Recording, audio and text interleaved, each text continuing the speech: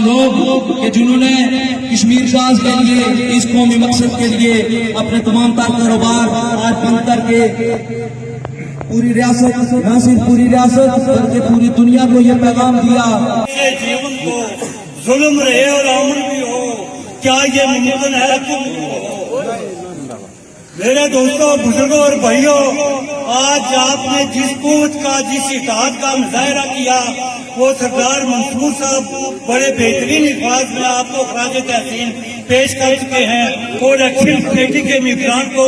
اور ان ممبران نے جنہوں نے ہمیشہ 2 ہوں 4 ہوں 5 ہوں 10 ہوں اس کا انہوں نے خیال نہیں رکھا، بلکہ انہوں نے اپنی آواز بڑے بڑے ایوانوں تک پہنچائی۔ دوستوں، بزرگوں اور بھائیوں، پاکستان نہ بنا تھا، ابھی ہندوستان نہ بنا تھا، چین بھی آزادی کی کوشش کر رہا تھا۔ اس وقت کا جو